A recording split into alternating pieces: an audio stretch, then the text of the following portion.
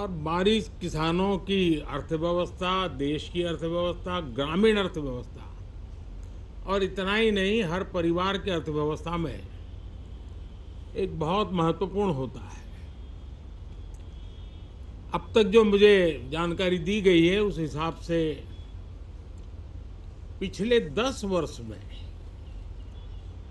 जो पानी का भंडार हुआ है इस बार, वो करीब करीब 3 गुना हुआ है, जिसका आने वाले दिनों में भी देश के अर्थतंत्र को बहुत लाभ होगा। साथियों, ये मॉनसून सत्र राष्ट्र के लिए ये बहुत ही गौरवपूर्ण सत्र है। ये मॉनसून सत्र राष्ट्र के लिए एक अपने आप में विजयोत्सव का रूप है।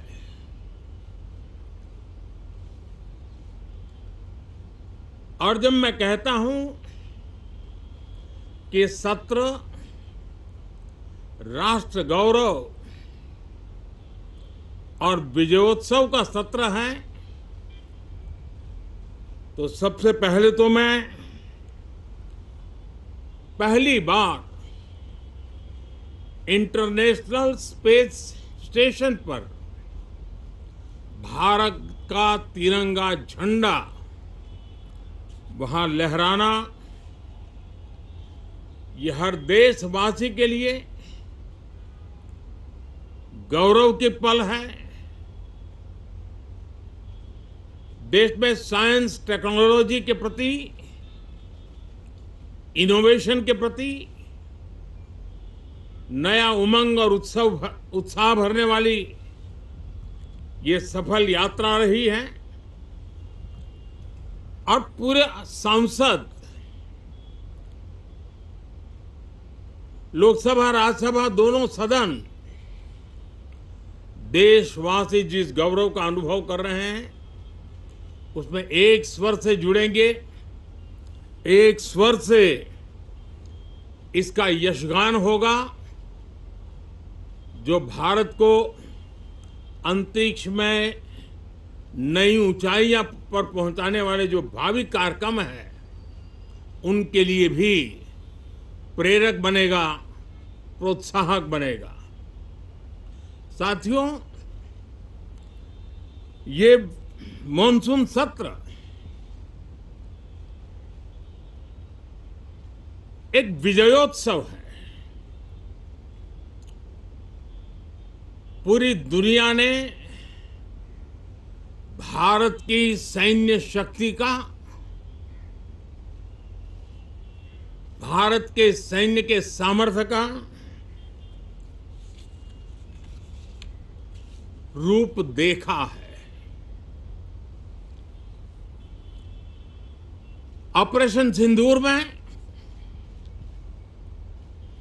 भारत की सेना ने जो लक्ष्य निर्धारित किया था,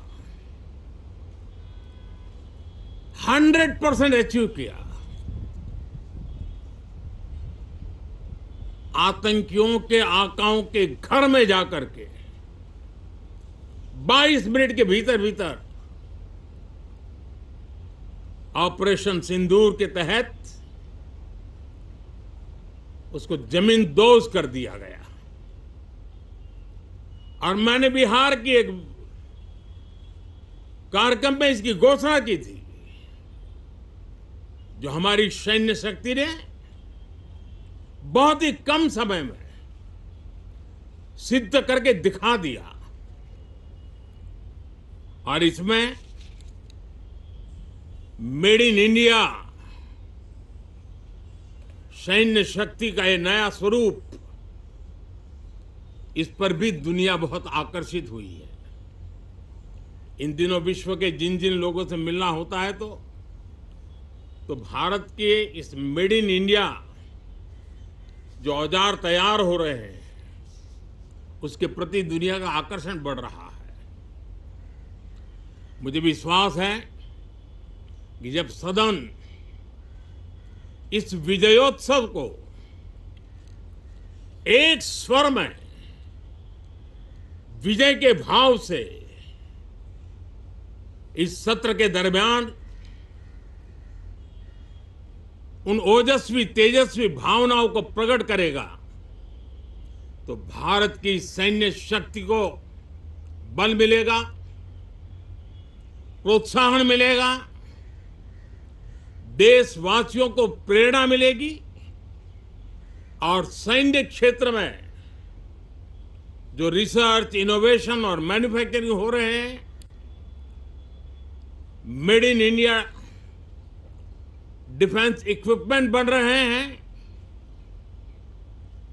उसको भी एक बल मिलेगा और जो भारत के नौजवानों के लिए नए रोजगार के अवसर पैदा करेगा। साथियों,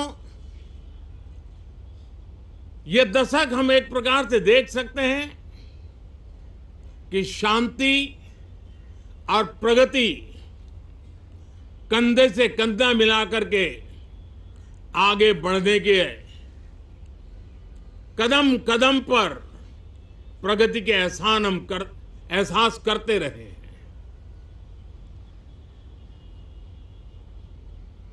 देश कई प्रकार की हिंसक वारदातों का शिकार रहा है, लंबे अरसे तक शिकार रहा है। देश आजाद हुआ तब से ये समस्या को हम झेल रहे हैं, चाहे आतंकवाद हो, नक्सलवाद हो। कोई प्रारंभ में शुरू हुआ होगा, कोई बाद में शुरू हुआ होगा, लेकिन आज नक्सलवाद का, माओवाद का दायरा बहुत तेजी से सिकुड़ रहा है। माओवाद को, नक्सलवाद को जड़ से उखाड़ने के संकल्प के साथ देश के सुरक्षा बल एक नए आत्मविश्वास से, तेज गति से सफलता की ओर कदम रख रहे हैं।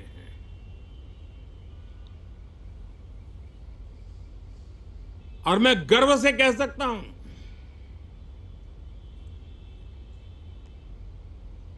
देश में सैकड़ों जिले नक्सल की चपेट में से निकल करके आज मुक्ति का सांस ले रहे हैं।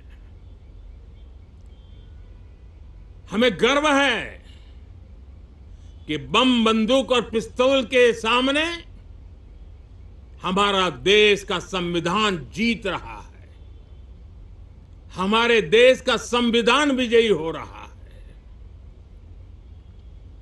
देश के उज्जवल भविष्य के लिए साफ दिख रहा है कि कल तक जो रेड कॉरिडोर थे वो आज ग्रीन ग्रोथ जोन में परिवर्तित होते नजर आ रहे हैं। साथियों, एक के बाद ऐसी घटनाएं देशभक्ति के लिए, देश की भलाई के लिए संसद में पहुंचे हुए हर माननीय सांसद के लिए गौरव का पल है। और संसद के इस सत्र में ये गौरव गान पूरा देश सुनेगा, हर सांसद से सुनेगा, हर दल से सुनेगा। साथियों, आर्थिक क्षेत्र में भी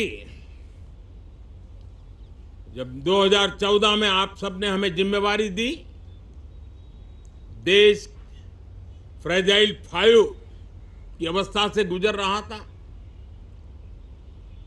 2014 के पहले वैश्विक अर्थव्यवस्था में हम 10वें नंबर पर थे और आज भारत तेज गति से दुनिया की तीसरे नंबर की अर्थव्यवस्था बनने की दिशा में आगे बढ़ रहा है, दरवाजे पर दस्तक दे रहा है। इन दिनों 25 करोड़ गरीबों का गरीबी से बाहर निकलना, जिसको विश्व की अनेक संस्थाएं सराहना कर रही है। देश में एक जमाना था 2014 के पहले, जब महंगाई का दर, इन्फ्लेशन रेट डबल डिजिट में हुआ करता था। आज 2% के आसपास आकर के देश के सामान्य मानव के जीवन में राहत बन गया है, सुविधा बन गया है। लो इन्फ्लेशन के सामने हाई ग्रोथ एक अच्छे विकास यात्रा की दिशा है। साथियों, डिजिटल इंडिया, यूपीआई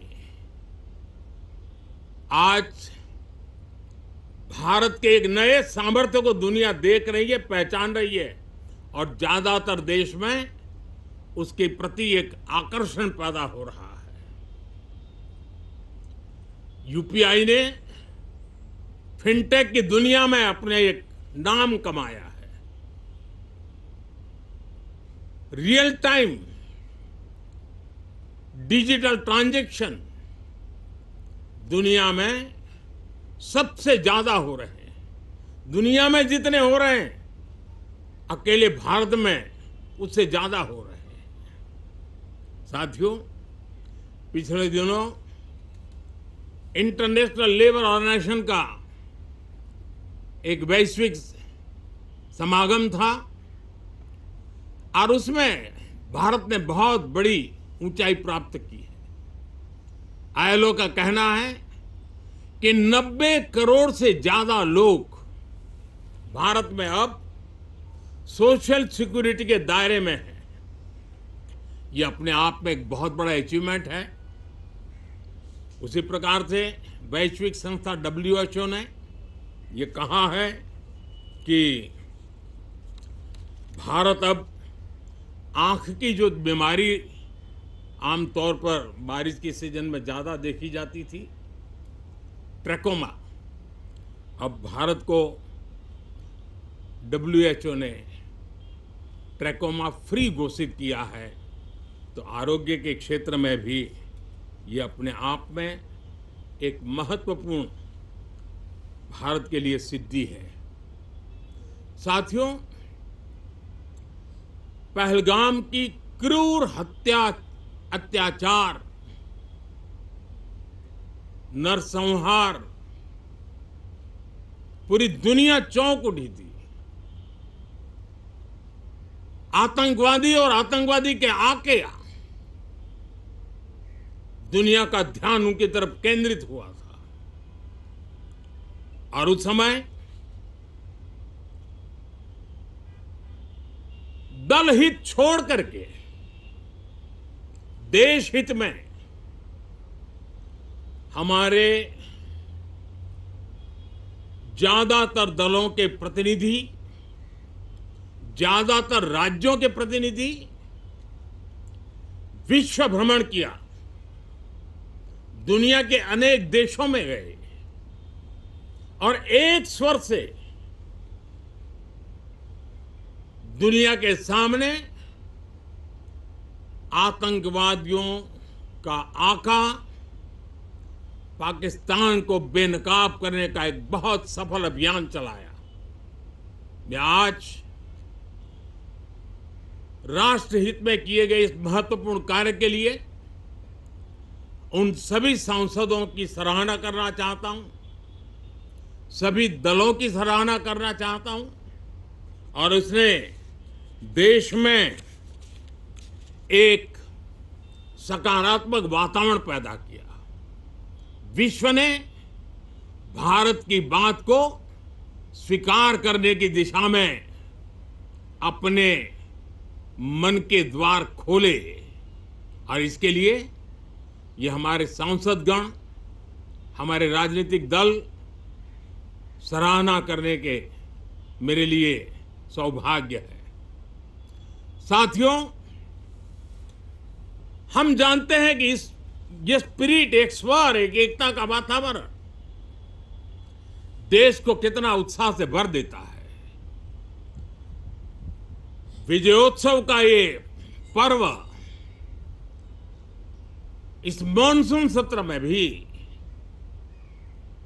उसी भाव से प्रकट होगा,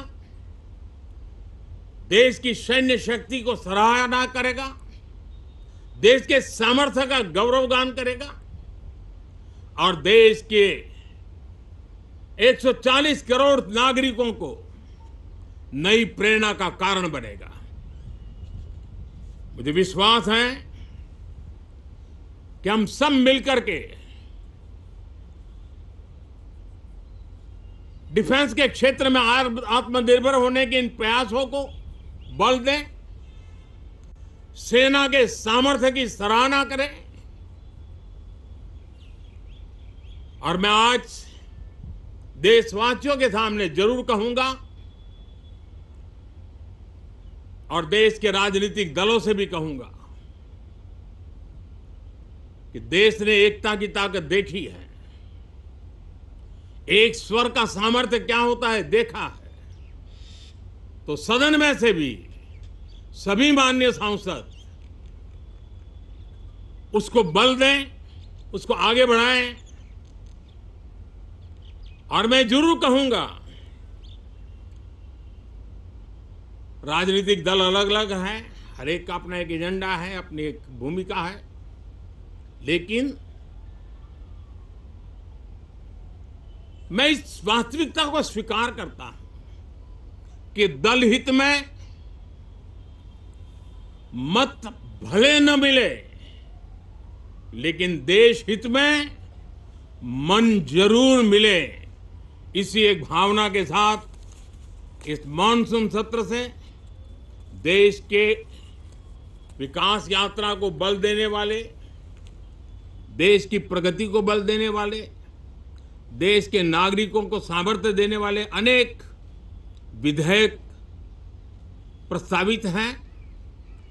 सदन विस्तृत चर्चा करके उसको भी पारित करेगा। मेरी सभी माननीय सांसदों से उत्तम डिबेट चलाने के लिए शुभकामनाएं हैं। बहुत बहुत धन्यवाद।